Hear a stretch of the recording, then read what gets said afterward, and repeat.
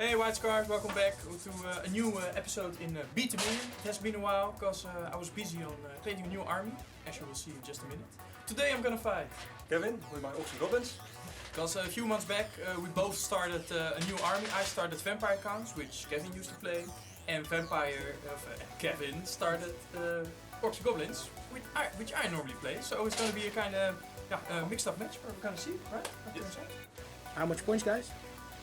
600 points. 600 points.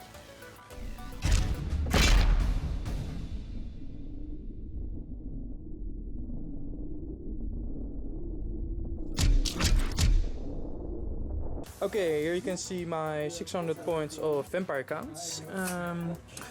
As my characters, I've chosen a level 2 Necromancer, converted from the Empire Wizard kit, and a White King. Then for core choices I've got 6 dire wolves and 20 skeletons. The models are armed with spears, but for this battle I'm fielding them as hand weapon shield guys. Gotta make those spear saves. Then 3 spirit hosts and 1 corpse guard. We already decided of a roll for our spells, and I've got Hellish Figure and Invocation of Nehek, so I'm gonna get me some rerolls, definitely. Okay, so for the Orcs and Goblins, I've got a big boss with a great weapon, as you can see. I've got a level 1 Night Goblin Shaman, he's got the spell Sneaky Stabbin'. Then I've got a level 2 Orc Shaman with Foot of Gork and Fist of Gork.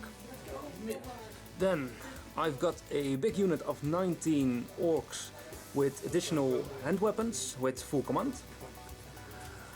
A unit of 21 Night Goblins with spears and shields, no command. And a Orc Boar Chariot. And maybe a few Fanatics. So that's my 600 points for Orcs and Goblins. So Kevin, tell me about your deployment and your tactics. Alright, so Orc boys in the middle, just go ahead and smash things, hopefully.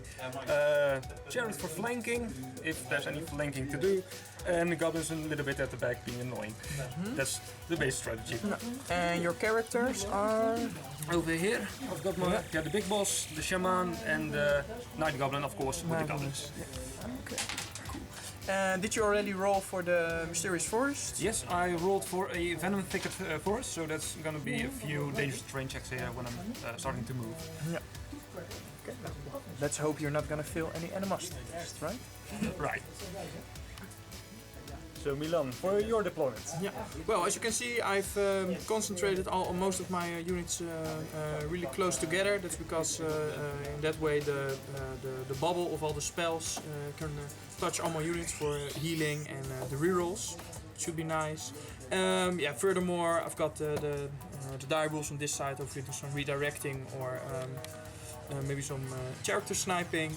And the spirit hosts on this side, because obviously I'm expecting fanatics in your night goblins. Really? So these are the best counter. And if they're not, well, just around the field. And that's it. So Kevin, how do you like playing greenskins? I love it. First round, both my units decided to fight among themselves, inflicting more casualties. Okay, so you felt the first animosity in your player career. They both felt animosity, and they decided to roll a 1, so they were gonna fight one another. So I inflicted 1 casualty here. Orcs didn't have anything of that, so they inflicted 3 casualties over here. So, 3 for the orcs, 1 for the night goblins, right? In that case you have no magic phase and shooting. Nope. So only movement is The chariot. the chariot rushing down the flank. That was my turn 1. Yeah. Alright, so on that advancing it seems. Yeah, a little more productive than the greenskin turn. I moved my spirit host up. check out if there are any fanatics in the Night Goblin block. The rest of my units move there at normal speed, a little bit to the front. I'm a bit afraid of receiving a charge from the chariot, so I'm keeping my distance. And in the magic phase, I unveiled his magic item, which is the Book of Archon, and casted Van Hels's Dance Macabre. Which he's holding, it Yeah, seems? he's actually holding the book, so Awesome. could have seen it coming. By which means I moved up my corpse card, which is nice because it's unable to march because it's a chariot. So in this way, I'm able to keep up with the rest of my army and give a nice bubble of always strike first. So that's it. Let's see what the greenskins are up to in turn 2. So, Kevin, take us through your turn. Alright, so Orcs and Goblins decided to move up, except for the chariot, trying to get a flank if they can. In the magic phase, got off Foot of Gork, tried to smash these stupid spirits, but he missed and decided to wander off, even though I casted the big version. And in the feedback, because I miscasted, both my Orc Shaman and my Goblin Shaman got a wound. So at the moment I'm doing more damage to myself than Milan does. And that was my turn. Well, seems like I'm gonna be And hiding killed a few goblins with Danish Oh spray, yeah, of course. Yeah, the Venom Thicket, of course. Still no panic. Cool, no, I'm sorry. Well, let's see if we have some charges in Vampire Count's turn 2. Alright Milan, tell us what happened. Yeah, this was the turn where I had one objective, and it was killing your general. That turned out, I'll come to it later. The turn began with charging of the spirit hosts to the Night Goblins, unleashing, well, the expected fanatics. Hopefully There they are. they'll wander off to that side. Later turn. I had quite a good magic phase in which I ignited the always strike, and these guys charged the boys. In my magic phase, I ignited the Mortis of the corpse card with the Mortis special rule, which gave all of the other units within 6 inch always strikes first, which meant my direwolves were hitting first against the orc boys. And after that, I cast at Irresistible Force Hellish Figure, which gave them real to wound as well. And then, in close combat, unveiling my plan, directive allocating all the attacks on your hero. Luckily, the brave direwolves slayed Gormak with his big axe, so our general is down. Alas, due to a lot of boy attacks and static combat rest, my direwolves crumbled, which gave Kevin and his boys the option to make a free combat reform, and well, now my spirit hosts are on their list. Revenge from the Revenge. lads. So, okay, 2 things I'm hoping: field animosity test and doubles or this direction scatters for the fanatics. We'll see. So, Kevin, tell us. Alright, the orcs decided to take a charge in the rear of the spirit host. As you can see, they're still standing, only doing measly 2 wounds to them due to combat rest. They're not dying. Fanatics didn't do really much, but the best thing comes last. My chariot decided to charge his caster and just ran him over. Yeah, ran him over. Just on the impact hits alone. Yep. And then, out of line of sight, towards the other board edge. See ya. My poor old necromancer. But unfortunately, one thing I forgot, in the fight here, I did lose my Orc Shaman. Yeah. He only had 1 wound and he managed to do 1 wound, so he died. Thanks, spirit hosts. Okay, so what happened? I had a bit of an all or nothing move, charging the corpse card in the rear of the orc boys, and on the other hand, reforming my skeleton, so hopefully I can catch the chariot in a turn or 2. All or nothing, because I was hoping that due to the lack of a high leadership, I would win the combat and both units would run away. But alas, only the Night Goblins ran, so the Orc Boys are still keeping me standing here in the center of the field. With insane courage. Yeah, insane card, double ones. Real nice. So let's see what the Fanatics are up to next turn. Kevin, where did all the boys go? They've been caught by the Restless Death in his freaking cart. My boys did great. Keep making leadership tests, but this was it was too much eventually. So they ran, got caught eventually. The goblins rallied. Yeah, the heroes of the day, right? Yes.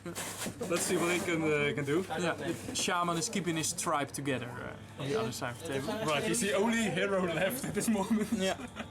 And on this side, you managed to pull a U-turn with your chariot. Yes. An awesome U-turn. Awaiting the skeleton horde and hopefully smashing right into them in the next turn. Yeah. Unless you make your charge. Yeah. Let's see. Oh yeah, and your fanatics are dangerously close to my units now. Yeah. So Okay, Milan, walk us through the turn. now starting here, corpse guard turn to face the upcoming Night Goblin clan with the wizard. Spirit hosts are doing a little thing I like to call fanatic hopping. They hopped the first fanatic, killing it, and hopefully next turn they'll be able to catch the second one, but not being able to march when your general's near is really slowing you down. And here the skeletons made an average charge, which is nice. Alas, in close combat I won due to static combat res, but once again Kevin rolled double one for his leadership test, so insane courage kept him in his place. Well, turn 5 for the greenskins. Right. So, goblins, filled animosity, had to charge, but they actually won the combat, doing one more wound on the corpse guard, so he's at 1 wound remaining. So go goblins! Go goblins! But unfortunately, the fanatic went in an entirely different direction than I wanted him to be. So he's useless for the rest of the game. Oh. And my chariot ran away. He couldn't bear the sight of the skeletons anymore. Yeah, all the skeletons. Okay, well let's see. Vampire counts turn 5. Okay, turn 5, what happened? Not that much. Reformed with my spirit host to face the murderous Night Goblin clan. Why? Because they managed to slaughter my corpse guard. These guys are gonna be the man of the match, I think. So hopefully I'll be able to have my revenge in turn 6 and catch the Night Goblins. For the rest, nothing of real importance happened. We'll see. In Orcs and Goblins, turn 6. Final turn. Okay, so the greenskin and undead turn, last turn 6 was a really quick one. Kevin, tell us all about it. So I tried, when they were still standing here, I tried to desperate charge with my Goblin Shaman, hoping to get in Magic Phase an irresistible cast and blowing them up with me. Yeah, but I failed the charge, and that's where my turn ended. Next, your Spirit Host charged my Shaman, and in true Goblin fashion, I ran away. Panicked my other goblins, so they ran as well. And that's the end of the game. That's the end of the game. Well, I think it's a real awesome parting shot. They're going to Age of Sigmar. Yeah, they're going to, screw this, we're going to Age of Sigmar. See you with post-bet. Well guys, if you've seen the Minion has not been beaten once again, so good job for my new vampire counts. All in all, a real fun battle. I think it's good to see that even at the small point scale of 600 points, there was a lot of activity on the table, different units, small combats, so really exciting. And, a lot of chaos. Yeah, a lot of chaos and a lot of fun. For me, MVPs of the battle were my Spirit Host. Due to the low point battle, they're very strong because of their ethereal special rule, since they can't be hit by almost all of your models, right? Right. So these guys and the dire wolves for killing Gourmet. Kevin's word in here. What are your thoughts? It was a great game and a true blast. Orcs and Goblins just one big kills, animosity and all of that. Great. Yeah. Really had a good time. Yeah, failing your first animosity roll ever is... yes. Best thing ever. Okay, cool man. Well, see you next time. Bigger point value, right? Right. Okay, cool. Yo, bye.